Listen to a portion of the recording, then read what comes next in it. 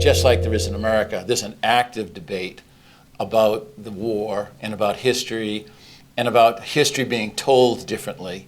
So I think what they have in Vietnam is they have how history is looked at outside of the normal system that they would either go to school with or see their own history, even though their own history is a lot of it's propaganda and it's not real history, but that's what they're used to. So now we have, I'd say there's 3 million people that have seen it so far. Some, we're guessing, of course, but we know that they're having an active debate on Facebook now with each other, discussing, was it a civil war, was it a war of national liberation? So we're not trying to settle that, but we've sort of started a debate in Vietnam, which I think is going to add enormous potential in Vietnam for the reconciliation in Vietnam that has not happened yet. So I think it's a big contribution. And Elliott, I'm sorry, go ahead. Well, I mean, one of the things that really struck us in going back was that hearing from just anecdotally a few small screenings that we had, that it's not only do they only get the propaganda version of the story,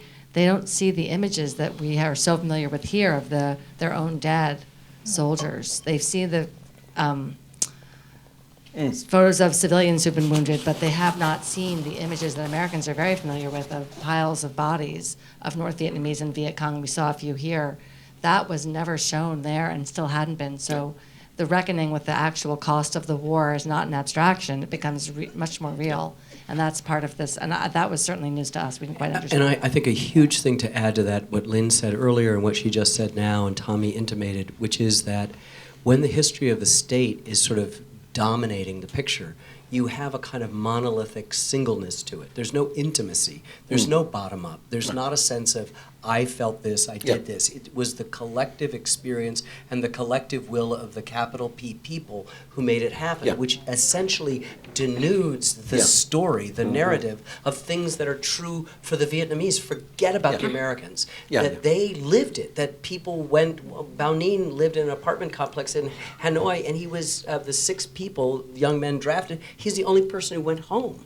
And he had to be quiet about that because it doesn't really fit into the narrative, grief or suffering or loss or the actual facts of it. And I think it's hugely important to understand that the possibilities of just opening up an emotional channel could be seismic there, because you're going to say, oh, we own this war too. It isn't just the narrative that comes down from the state. We are a participant in this, and we can therefore ask questions. Why did we sacrifice so many people? Why was the decision made that we will not, as their leader Les One said, count the cost?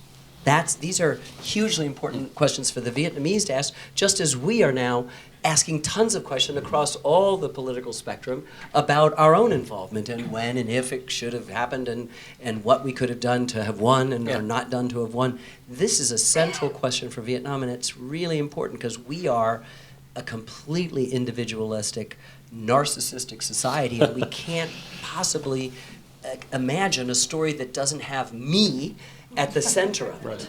And that is different from what the Vietnamese have, and it's an important to be able to place an eye to something was one of the great gifts of this production.